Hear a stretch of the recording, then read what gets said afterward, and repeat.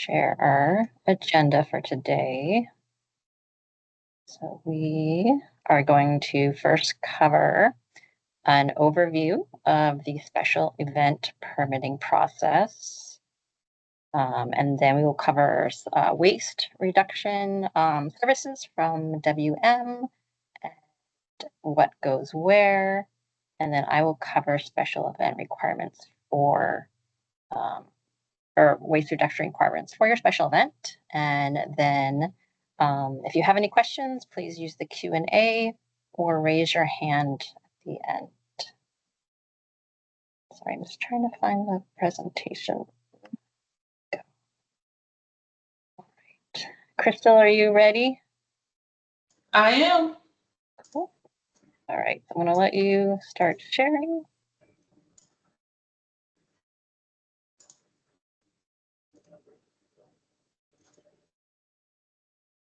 And can you see my screen? Okay, perfect. So I'm just gonna go through our guide. We just created it. It was included on our invite for this event. It'll be on our website soon. To start, thank you guys for all coming. People who host special events play an important role in the city, so we appreciate you guys and everything you do. So, you only need a special event permit if you're having more than 50 people and your event is open to the public and it includes entertainment. We count the public as it's advertised online, you're selling tickets, anybody can walk in. It's not just your invited guest. Entertainment could be recorded or live music, vendors, public speakers, dancers, exhibits, etc. If neither of those things qualify for your event, but you need an ABC license signed for the day, then you do need a special event permit in order to get sign off on the ABC. We have different tiers for special events. Tier 1, Tier 2, Tier 3, and Tier 4. Tier 1 is rare. You're having an event less than 300 people. You're not selling food or drinks, and you're not closing a major street. Tier 2 is most common for, like, I would say 75% of events. You're selling something, whether it be alcohol, food, merchandise, and you're having more than 300 people, or you're closing a major street, what we consider a non-local street. Tier 3 is a large event, like large festivals with $2,500 or more attendees, or you're having like a parade. And then Tier 4 is super rare, which is the marathons or half marathons, anything of the sort. We have the different deadlines for each event: 21 days for Tier 1, for Tier 2, 45 days in advance, for Tier 3, 90 days in advance, and for Tier 4, 120 days in advance. We do accept late applications, but we can't guarantee that we'll get your event approved in time if we don't have the application in a reasonable amount of time, but we do try to get everybody approved. Certain special events do qualify for discounts. We have the community event discount, which is for events that are 1, free. 2, they have to be either organized by like a nonprofit or an organization with an annual budget of less than $500,000. And then you also have to be either your vendors or your actual event needs to be in an area that is included in the California Healthy Place Index lower 2 quadriles. Also, we offer repeat event discounts. So each event you do that is in similar scope, place, location type of event, you get 25% off for each event you add. So let's say for the first event, you pay full price. You're having a series of 4 events. The second event will charge you 75%. The third event will charge you 50%. And then the fourth event will charge you 25%. The maximum discount you can get is 75%. So combination of all, 75% is the most you can get off of an event. For vending at events, there are certain requirements. For food, you have to make sure your vendors have a health permit. If you're going to have multiple food vendors, you have to get an Alameda County event sponsorship permit. You also need to have business tax license. That's for you and all your vendors with the City of Oakland. And if it's a food truck or trailer, it needs to be inspected by fire prevention and have an annual permit before the event. If alcohol is being served or sold, you have to get a day license from the state of California ABC office. If you need an ABC sign, we recommend that you get your application in at least 30 days in advance because we have to approve it. Then we'll have OPD sign, and then you still have to turn it into the ABC office. For merchandise being sold, vendors need business tax license and then the Alameda County seller's permit.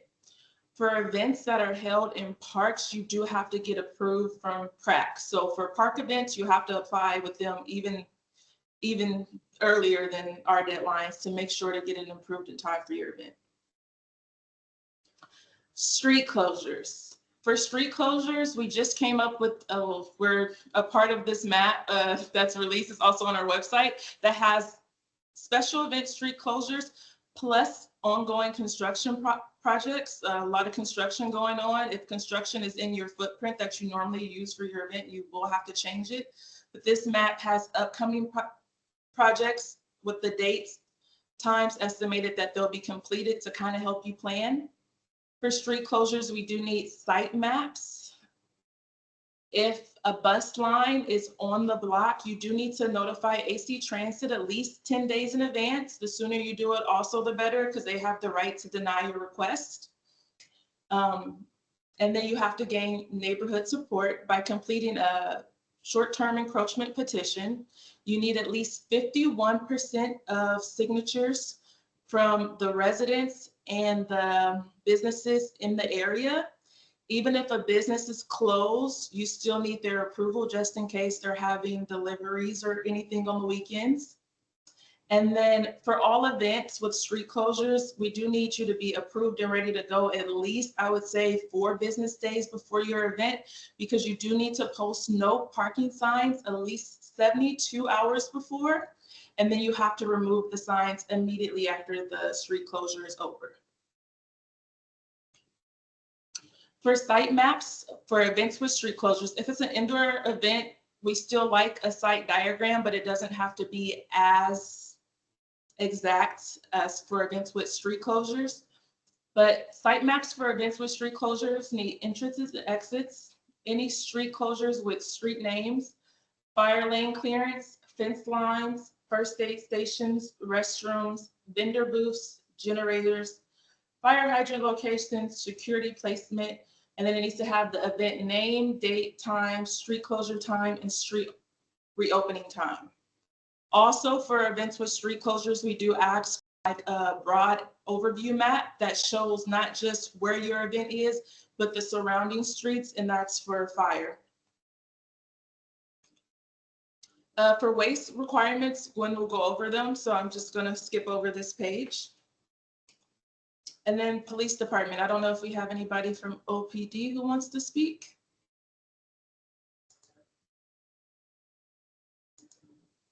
Yeah, good afternoon, everybody. OPD, thank you for the new introduction, Crystal and Gwen, for hosting this for everybody. But I believe we're off to a great start with our new special event permitting process. Doing our meetings with the community, answering questions, all parties together. But the police department, we just like to do a risk assessment. You guys are already providing most of the information that we need. We ask. We could contact you. You could contact us. We do follow up for any questions, especially if it's the first time event you're having. We love to have our annual events. They come back. We love to hear that everybody had a great time. You know, and we collaborate. If you're having security, if you like OPD there, just to network with you, your part of your organization, your organizers, and get a safe event going. And just thank you for hosting all your events in the city of Oakland. Thank you, Crystal.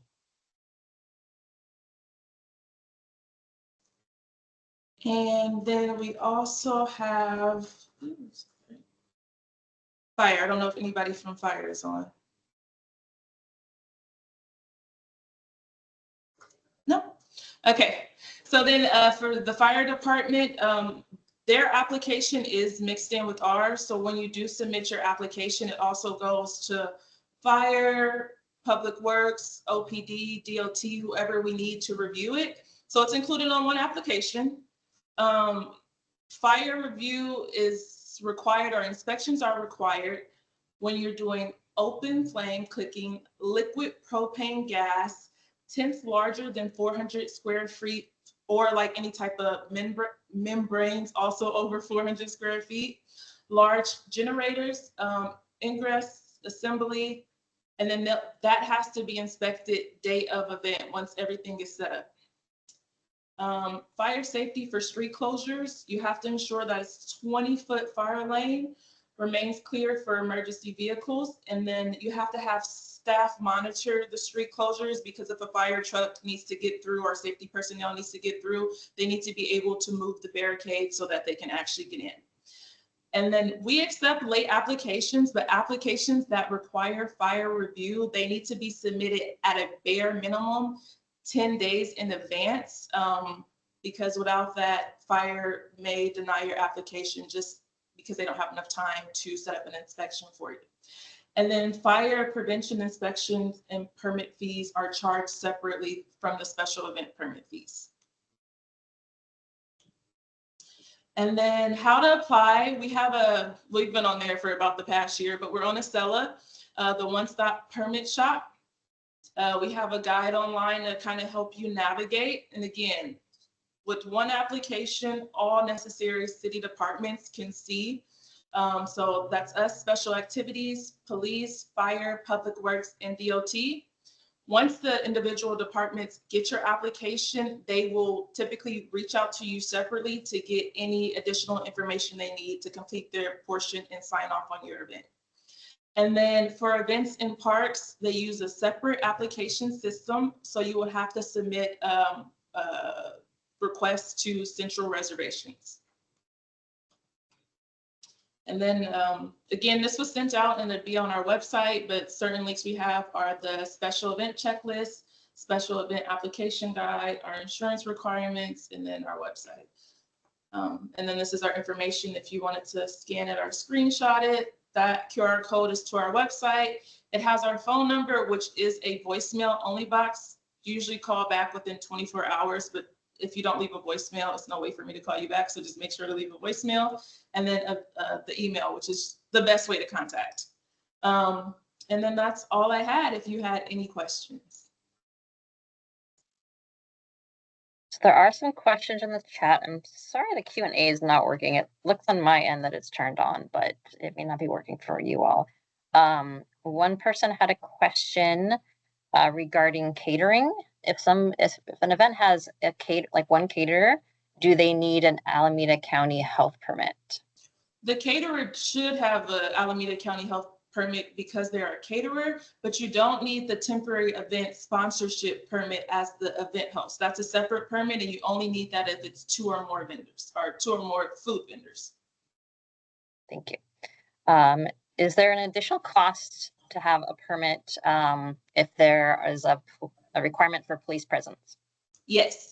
To have OPD at your event, there is an additional cost. You can request it in the application or via email, and then we would connect you with Sergeant Cabral, but there will be a fee for having OPD come out. Great, thank you. If there's any other questions, feel free to put them in the chat or raise your hand. See, another question. Last year, tier 3 was 60 days in advance. Now it says 90 days. Is that a new requirement? 90 days has been the requirement, at least since I've been here. So since at the bare minimum, August of 2023. And again, these deadlines are what we prefer. If you did get it in at 60 days, that should be fine. But the further in advance, the best. And When we say we want you to submit your application, sometimes that causes confusion. We want you to submit like the most complete version of your application that you can submit to meet the deadlines, just so that the event is on our radar. If you don't have all the documents, we know that's kind of hard 90 days in advance. You can put placeholder documents or general documents. I'm working on this plan, but just to get it on the calendar and on everybody's radar in time, submit the application in that time frame. Thank you. Any other questions or comments from city staff? Right, so we are going to move on to one more question. They hosted an event last year, but had trouble finding waste management services outside of bathrooms, specifically trash recycling. I'll cover that a little bit in the waste section in a little while. All right, so we're going to move on to Cameron Martin from WM, who's going to cover waste services for events and what goes where, how to recycle, compost, and landfill materials properly. Cameron, all right. Crystal, if you could stop sharing, I'll have Cameron share her screen. Perfect. Cameron, take it away.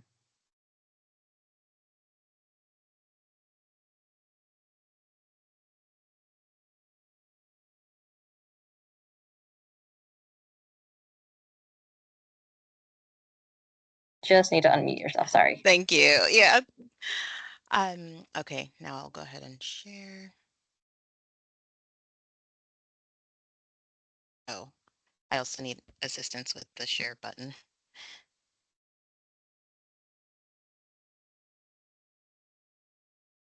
Should have permission.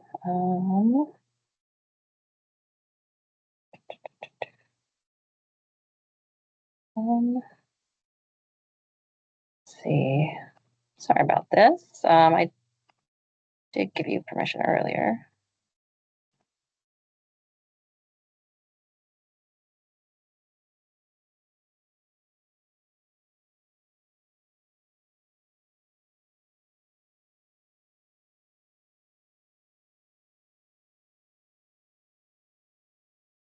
All right. Try one.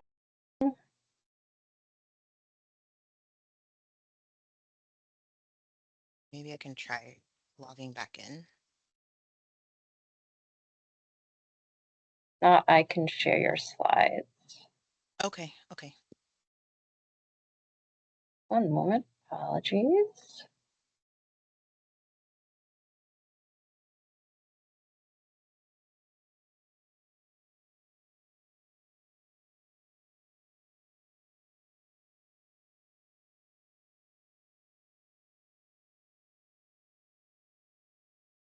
All right.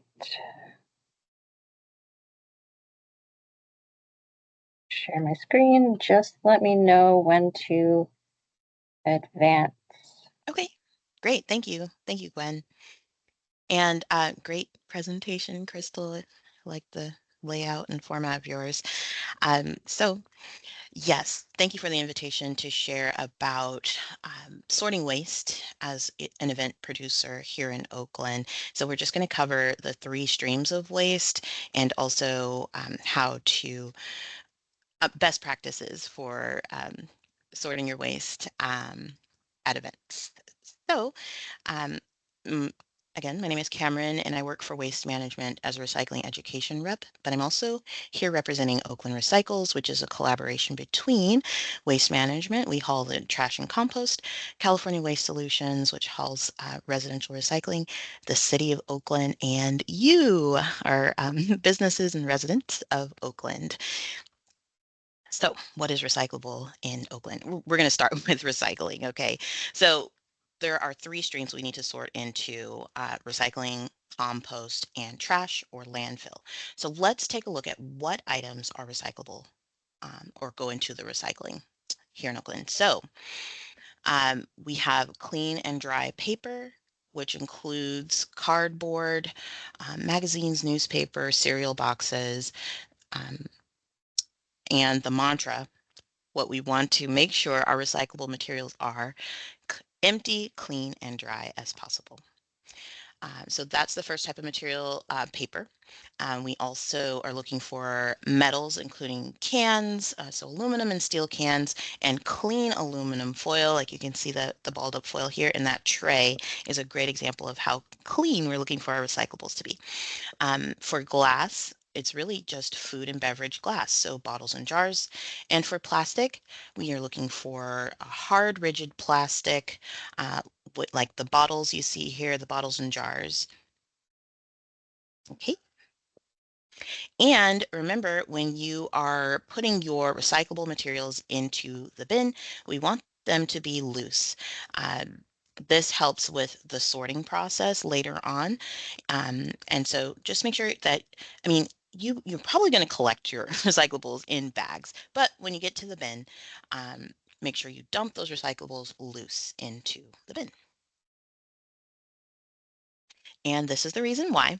Um, so for recycling, it is what we call single stream. So we have all of those 4 types of materials that we talked about, plastic, metal, paper, and glass. They all go into one bin. And then it is the hauler's job to sort those materials in a MRF. You see that acronym there, MRF, that stands for Material Recovery Facility. So this is a little peek into a material recovery facility where you can see there are some of our workers, our staff, they are having to stop the line to cut out those plastic bags and tanglers that have gotten caught up in this component of the sorting, which is called the disc screen. So this is a great visual as to why we are not collecting those flimsy plastics like plastic bags and things like that that can get tangled up in this process. Okay. Okay, so let's talk about items that are compostable. Really, it's a simple kind of concept here. We are aiming for high quality compost that we can use on our farms and gardens. And the items that we're looking for in the compost include food scraps, food soiled paper, and yard debris. So food scraps includes fruits, vegetables, produce, meats, bones, and shells, and grains as well. So these are just kind of common examples of the types of food scraps that are acceptable. Food soiled paper, uh, absolutely napkins and paper towels, and wood utensils like you see here. There's a bamboo or balsa wood kind of fork, knife, and spoon, and the stir stick. The key with the type of food soil paper that we're looking for is so absolutely napkins and paper towels, regardless of if they are dirty or not. But for materials like food containers and things like that, if you do see a shiny kind of coating to it, that means that there is likely some sort of plastic material in there that is not going to break down at the same rate as the organic material you see on top there, the food and also the napkins. They just don't break down at the same rate, and they do end up being landfill items. So go ahead and put those shiny kind of food containers, coffee cups, things like that into the trash. But then you do see that little pizza box, an excellent kind of matte type of paper material that is accepted in the compost. And of course, yard debris, garden waste, like flowers and leaves and things like that. Okay, so let's talk about what goes into the trash. And a reminder here about items that go to the trash, they do end up in the landfill where they will stay there and they will not, we won't be able to access these materials again. So it's really important to try and sort out the materials we can use, like your recyclables and compostables.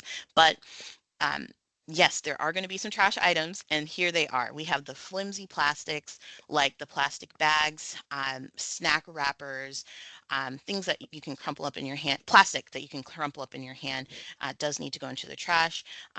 Human and animal waste, absolutely a trash item, and polystyrene or styrofoam is a trash item. And then we have a breakout slide next that talks about Single-use items, okay? So most single-use items are going to be a trash item. And I'm pointing out the PPE, like gloves and masks, um, plastic utensils, condiment packets. You can see, the condiment packet is a flimsy type of plastic. The utensil is what we would call a small plastic. It just gets lost in the material recovery process. So small plastics, flimsy plastics are trash items. And that bottom row there, we have our bioplastics, like that compostable cup, does need to go into the trash. The coffee cup and lid, the juice pouch is another example of a kind of a mixed material. It looks metallic, but it's also plastic. And then we have the food container. This one is it has a shiny coating to it. So most likely it has that plastic inside that's not going to break down in a compost pile, and it's not the type of paper we're looking for in recycling. Yes, even if the plastic states it's compostable. There is a fine print on there usually that says check with your hauler. It has to be a specific type of facility, and the facility that our compostables are going to, um, it is a pile where the compost sits out in the open air. And so those organic materials, they're breaking down nicely, but then the bioplastics, they're remaining in the pile and they are just becoming trash. Yeah, thanks. Okay, so of course, here representing Oakland Recycles, we definitely encourage you, if you want to dive in deeper to learn more about sorting waste, check out oaklandrecycles.com. And there's even an events page on oaklandrecycles.com/events. And to set up your services, you can call Waste Management at this phone number here, 510-613-8700. And on Oakland Recycles website, so Waste Management, we provide the trash and compost service. You can select your recycle hauler, and Oakland Recycles does have a list of approved haulers or authorized haulers online. And then, of course, there's the information for the city, and I think Gwen is going to talk more about the planning piece to making sure that your event is diverting that waste. And we also wanted to shout out, if you are looking for support with making sure that your event is diverting as much waste as possible, you can always reach out to our team at oaklandoutreach@wm.com. We can assist with waste sorting training for your staff, or maybe you have volunteers that are going to help at the waste sorting stations. We are glad to support you in your effort to reduce waste. And then the last, cardboard boxes with tape, should remove all the tape. You don't have to. That will be removed in the process. Okay, and then so this is just pointers, notes for from WM for debris box deliveries. So we do deliver Monday through Friday, holidays excluded.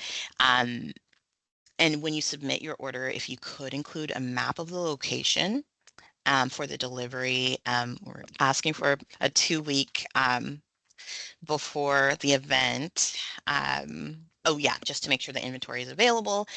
And oh yeah, make sure that the area for the debris box is clear for the delivery. That is the last slide for our presentation. And thank you so much for the opportunity to discuss waste diversion. Excellent. Thank you, Cameron. Any additional questions? We will cover compostability, including coffee cups, in just a second.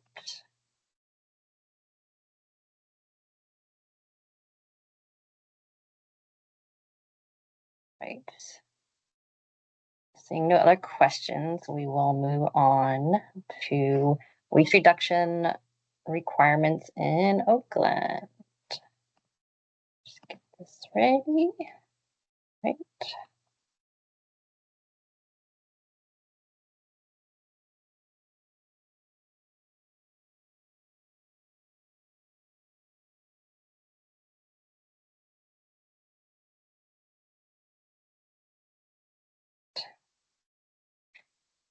So this presentation is in spring 2025, covering new and existing waste reduction requirements in Oakland.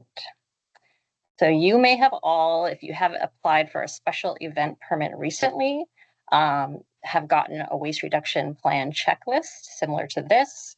If you are about to apply for a permit, you will get one, and it has all the requiremts and how to complete them. And I also send this to all attendees after the presentation. But covering a little bit what Cameron was talking about.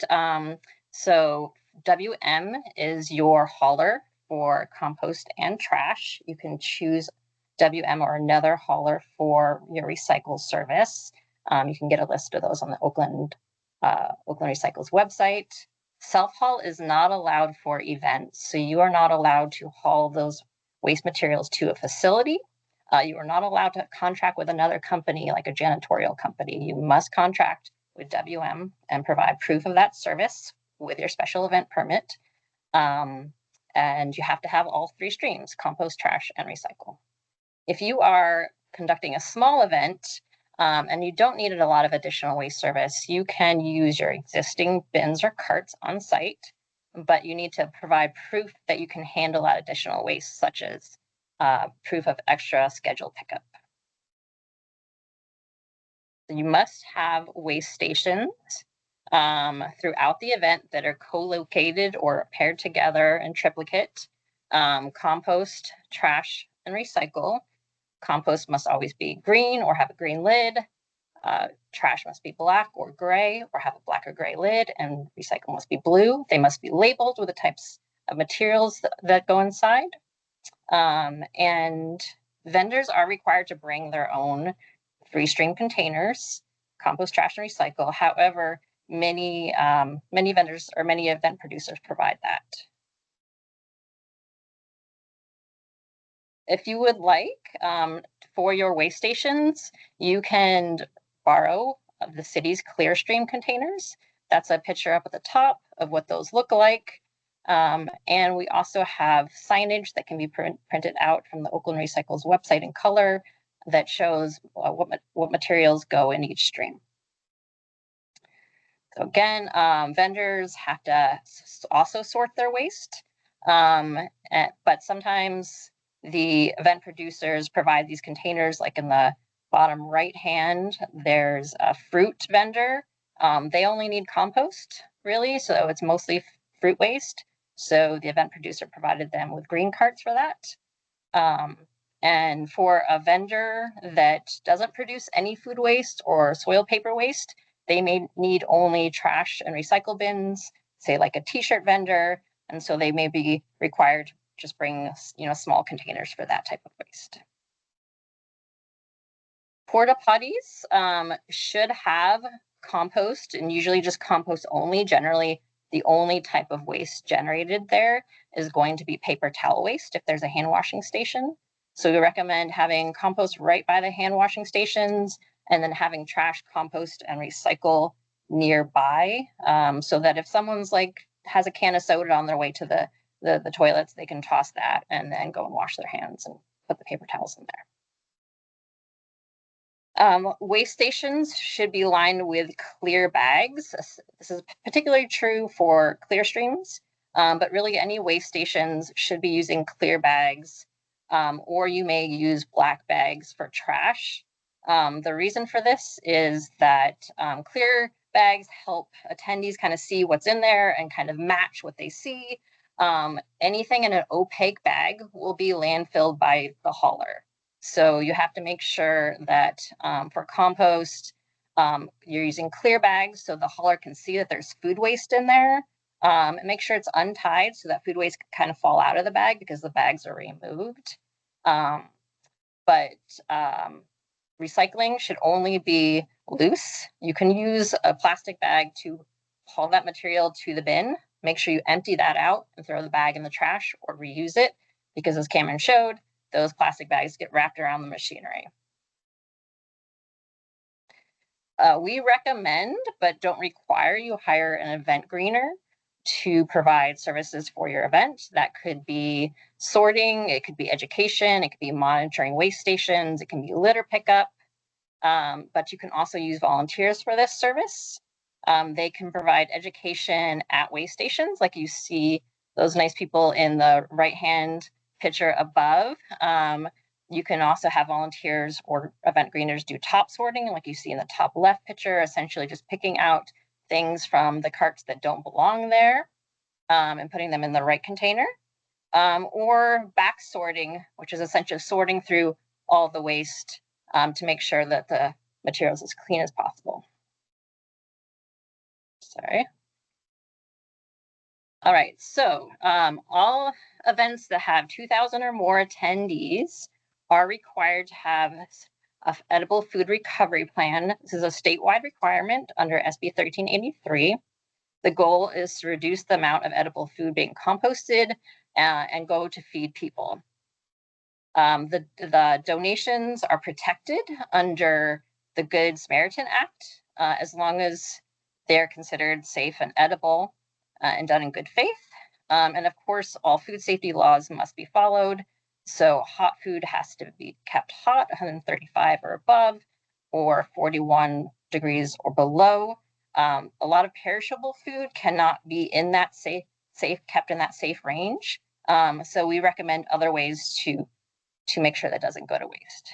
So that includes selling the food at a discount at the end of the event, asking vendors to do, say, like 50% off during the last half hour to make sure none of that food gets tossed.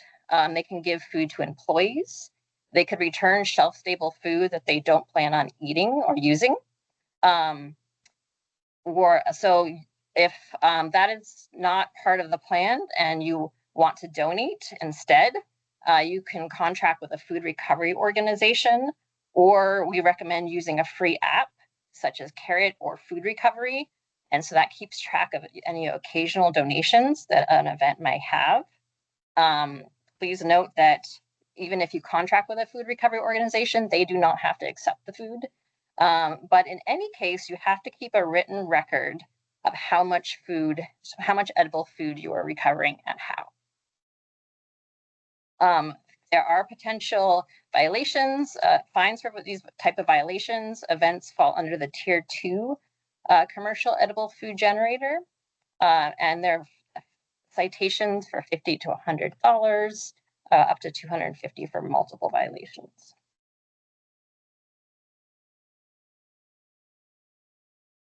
So fats, oils, and grease, also known as FOG, must be collected separately and not put in trash, compost, or recycle.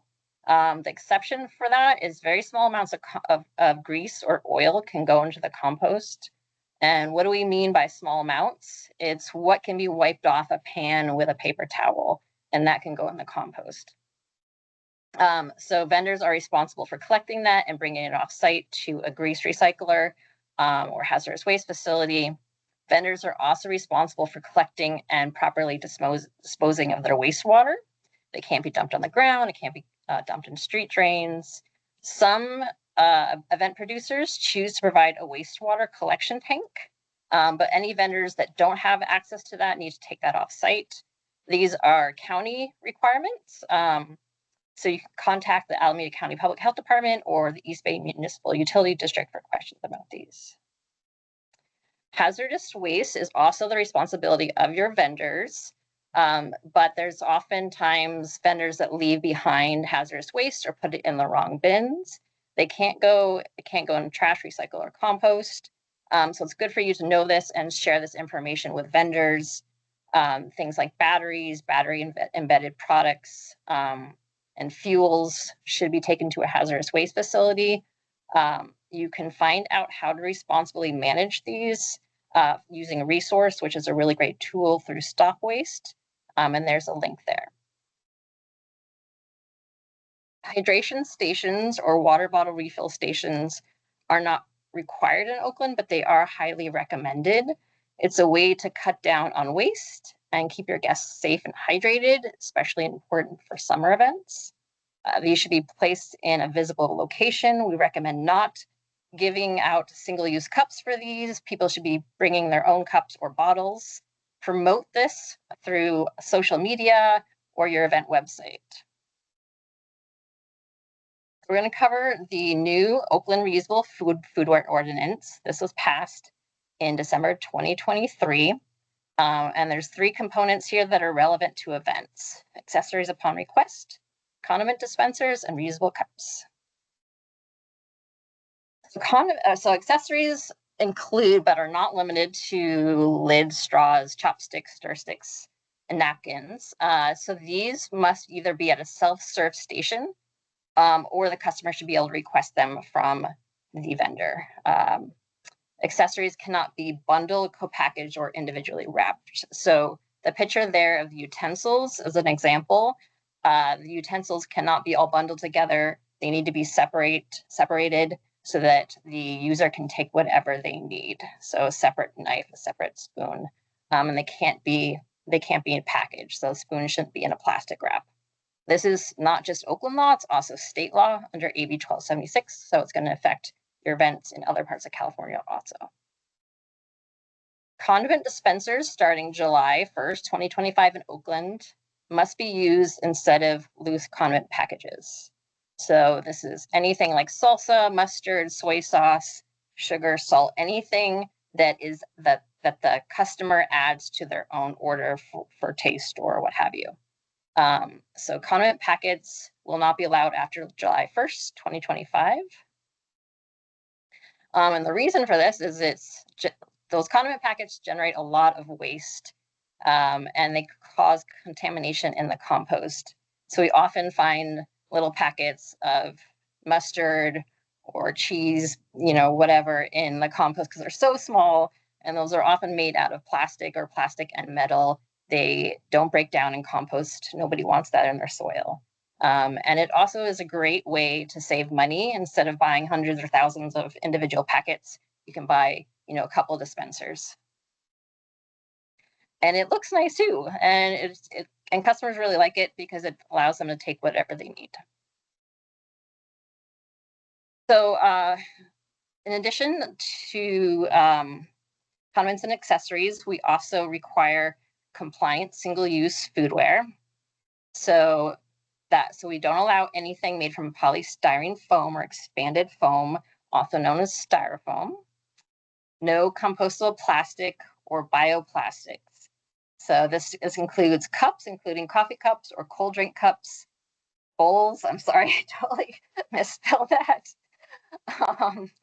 And plates or other foodware that has a compostable plastic lining. So we'll get just into a second into why that is, but the materials also must be free of high priority toxic chemicals, which is defined as PFAS or anything on the California Prop 65 list, and essentially has to be certified and shown to be free of that.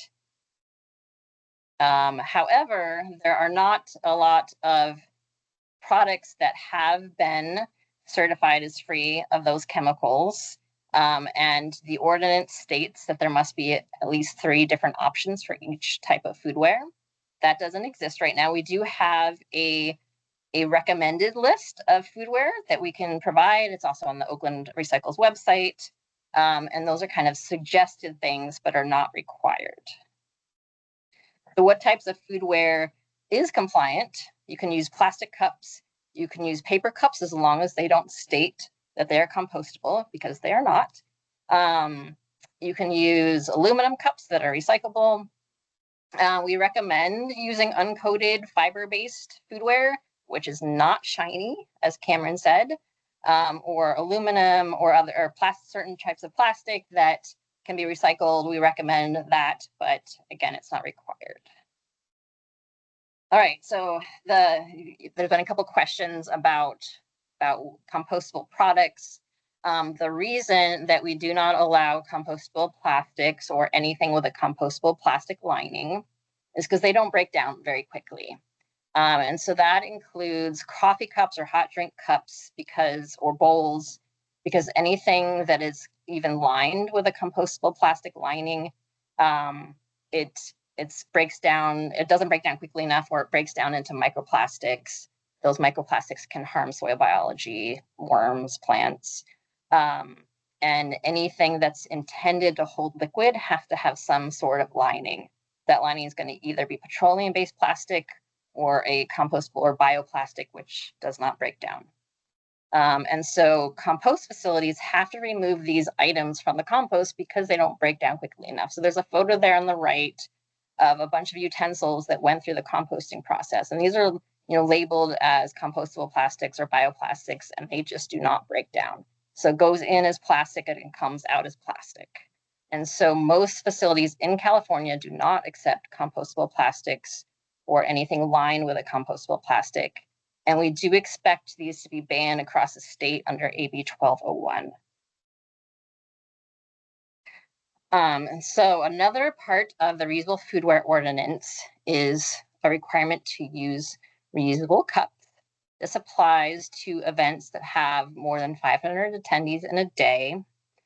It starts off at a 25% requirement for unpackaged beverages, starting for events July 1st or after that. The requirement increases to 100% of unpackaged beverages on January 1st, 2027. So the way that we define an unpackaged beverage is anything that's intended for multiple servings that would be served into a cup. And reusable cups must be part of a reusable cup system. This is defined as cups that are designed to be sterilized and reused at least 780 times. Take-home and souvenir cups do not qualify because they're not necessarily going to be reused. A lot of people take those home and might use them a couple times or use them for something else, or a lot of them end up in the trash. So it has to be part of a usable cup system. And that includes a convenient way to return the cup and an incentive to encourage that return. So that could be a raffle, it could be getting their deposit back, it could be a discount, it could be just a friendly person standing by the exit, a volunteer or staff saying, here, your cups go here before you leave. For your special event permit, you have to include how you will meet the requirement for 25% reusable cups, which will increase to 100%. Within 3 months following your event, you have to report to the city the percentage of beverages that were sold in reusable cups. We will provide a template on how to report this for events that are taking place after July 1st. And you will need to ensure that your contract with vendors complies with the section. And one way you can do that is require them to report their sales data on beverages. So how are events going to meet this 25% requirement? We leave this up to the event producer to determine how to do this, but there are different ways. You may decide to serve all alcoholic beverages in reusable cups, or serve all non-alcoholic beverages in reusable cups, or provide an incentive to vendors or guests to participate in the system. So one event, the Whole Earth Festival in UC Davis, they do this by including in the vendor contract that vendors can use the reusable foodware for free, and they kind of build that into the contract. And so the vendors can choose to either use the reusable foodware at no cost to them, or they can purchase compostable single use. And so most vendors choose to use the reusable foodware. Here are some best practices on how to implement this. Make sure that your cup return bins are easily seen and co-located next to the other waste stations that have trash, recycle, and compost. Have volunteers near the exits to encourage cup return. Make your event as less porous as possible. So the way that you would do that is have fewer exits, also complying with fire safety and emergency safety, but having, say, 3 exits rather than 12, you're going to have a chance to collect those cups much more easily. One way to do this is by having a beer garden, which is not very porous, and having the alcoholic drinks happen inside that particular area so that you can collect those cups as people leave. You could also implement a deposit system, like $1 that people get back, or other reward. And you could have back sorting or top sorting of the waste to pick out any cups that end up at the wrong bins. Let's see. So to implement this, make sure you have make sure you have a contract with a local reusable food cup vendor. And I'll share a list of those in a minute. Or you can choose to wash and sanitize on site and purchase your own cups for that. Or some events may actually choose to forego cups altogether and just use single serve cans and bottles and just avoid the cups, and make it easy on yourself. So that's also another option. So here are some local reusable cup and or foodware companies that provide for events. And let's see. And then that information is also on Stop Waste Reusable Foodware provider list. Upstream Reuse Business Directory is also another one that has companies that you could use. Rethink Disposables has information on reusable foodware, including case studies. And then we have the Oakland Recycles website that has information about events. So this is all covered there, as well as a lot of handouts and other information, and information specifically on the reusable foodware ordinance, and then Stop Waste Guide on how to donate surplus edible food. And that is our contact information. I am Gwen McKellen. Email is the best way to reach me. You can also reach out to our recycling program hotline for any questions or to inquire about borrowing Clearstream waste stations for your event. And I'm going to stop sharing and take questions.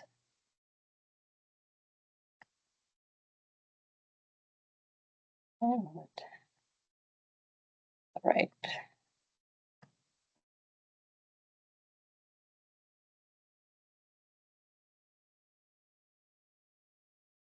And Gwen, there are a number of questions in the chat. Saying that. You're welcome to read some off to me if I don't see. Let's see. There are some requirements for restaurants too. We are only covering events in this presentation.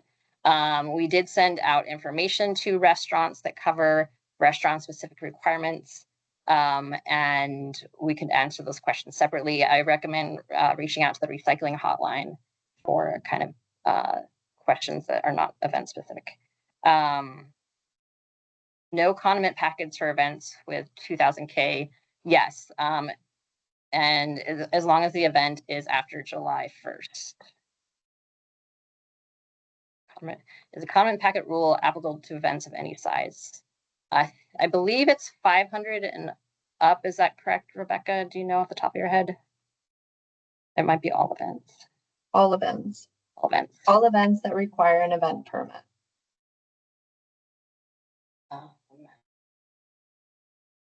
What size event triggers a reusable cup requirement above 500 attendees per day? We use glass beer steins. Are those considered souvenir cups? Yes, those are. Unless you have it as part of a collection system to collect those back and have those washed. So you can use glass as a reusable cup. You just have to have a plan to collect them and sterilize them.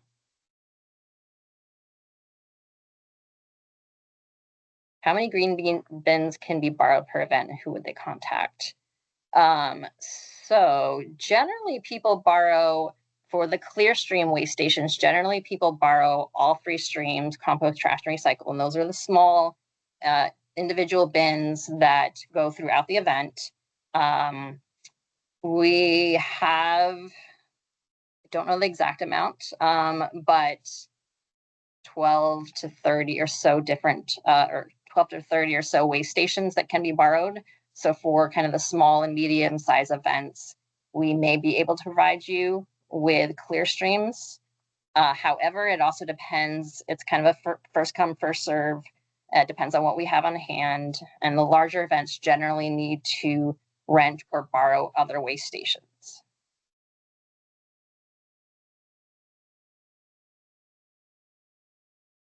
Do the reusable providers also provide the 3 bins in addition to the reusable containers box? I don't know if that means the cups or the foodware. I think that's what you're talking about. They generally provide collection containers for their foodware, for their cups. They usually don't provide the waste stations with trash, recycle, and compost. However, if you contract with a event greener, they will often provide those. So they'll often provide you with waste stations. The street closure is going to be a Crystal question.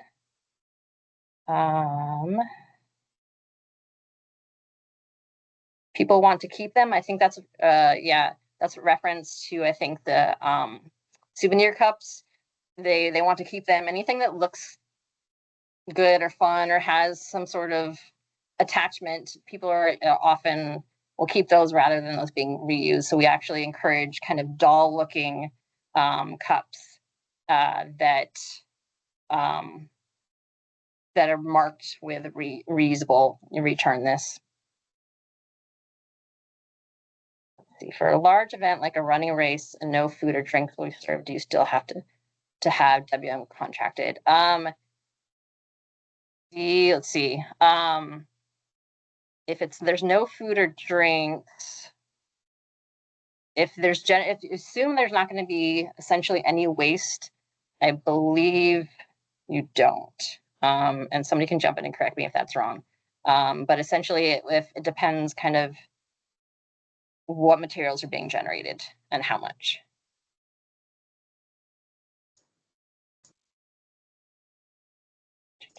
I will send out a copy of the slideshow as well as other materials. Are there funds available to help comply with reusable requirements? We don't have funding currently. We'd love to be able to offer that in the future. See, Rebecca, is there anything that you wanted to add on that? No, unfortunately. I mean, given the current state of the city's budget, though we have advocated for that because we understand it's a need, we were unsuccessful in getting any additional funding allocated for this. So regarding the glass souvenir cups, why do we need to collect them back? The reason is that it has to be part of a reuse system, and that is defined, I believe, in state law as has to be collected and sterilized and reused 780 times. So that is the definition that we use. And so a glass souvenir cup that somebody takes home, we have no idea whether it's going to get reused, whether it's going to get broken. So it has to be designed for reuse. A souvenir cup is not necessarily designed for reuse. It's designed to be used once and taken home. For trash, did you say we have to use WM? Yes, you must absolutely use WM for your trash as well as compost.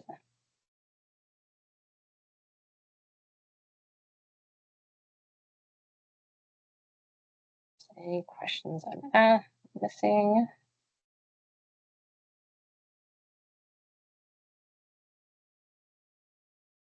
Okay, I think that was it. Does WM provide the bags? No, WM does not provide the bags. If you borrow city's Clearstream containers, you need to provide your own clear bags. Those are 40-gallon bags in 45 by 40-inch size. Or if you use other type of waste stations, you also need to provide your own bags.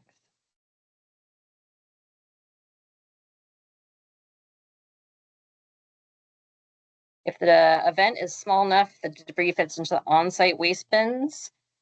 Generally, if it's like a business or a nonprofit or something that has their own bins on site, you generally are filling those up each week. And so we just want to make sure that there's enough capacity to handle the extra materials so that your lids are not coming open. litters flying everywhere, that type of thing. So we just want some sort of evidence that you can handle that additional waste. And extra scheduled pickup, you can contact Waste Management and your recycle service provider to request an additional pickup outside of what your regular service would be. So if the dumpster is normally collected on a Monday and your event is on Saturday, you could call them to request an extra pickup on Friday so that there's space in those containers to accommodate the waste that will be generated by your event. So that's what extra referred to. Can the caterer remove the waste? This is a common service for some caterers. I believe that would be considered hauling offsite or hauling to a different facility. And I believe that is not allowed. But if you want to reach out to me, I can confirm that, or if there's anybody else who has information on that. But I believe they would not be allowed to haul the waste offsite.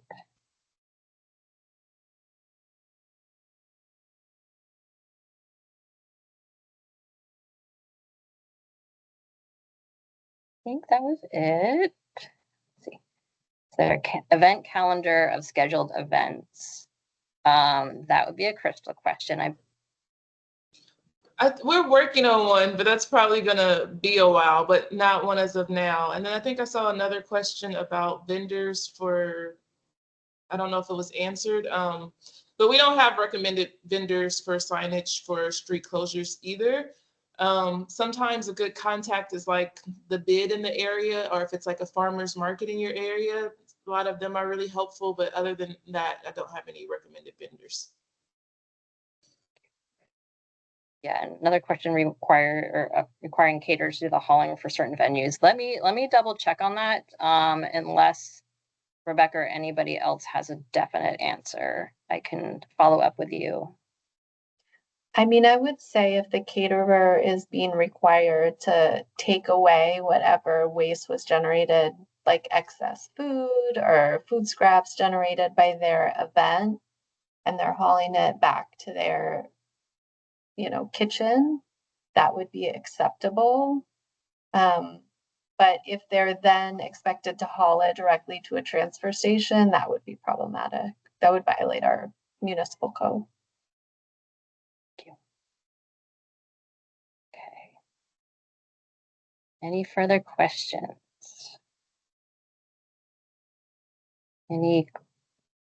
What are the consequences of non-compliance? Our goal is education, outreach, support first. There are potential fines for violations. However, our goal is to focus on helping events comply rather than being waste cops. Yes, and we will work with you to help you comply. And I will send out the slideshow and the recording and other materials. Cool. Seeing no further questions, we can wrap up. Thank you all so much for coming. It's been really great having you here. And let's see. In general, how early can we begin the special event permitting process? Crystal, want to answer one last question? I would say try to be as close to the deadlines as possible, the recommended deadlines. So I think 21 days for tier 1, 45 days for tier 2, and then 90 days for tier 3, 120 days for tier 4. You can do it earlier if you already have the details, but just keep in mind you would have to add a lot of documents or upload a lot of documents. If you're ready though, submit it whenever you're ready. Thank you all so much. Please reach out if you have questions, and hope you have a great rest of your week. Thank you.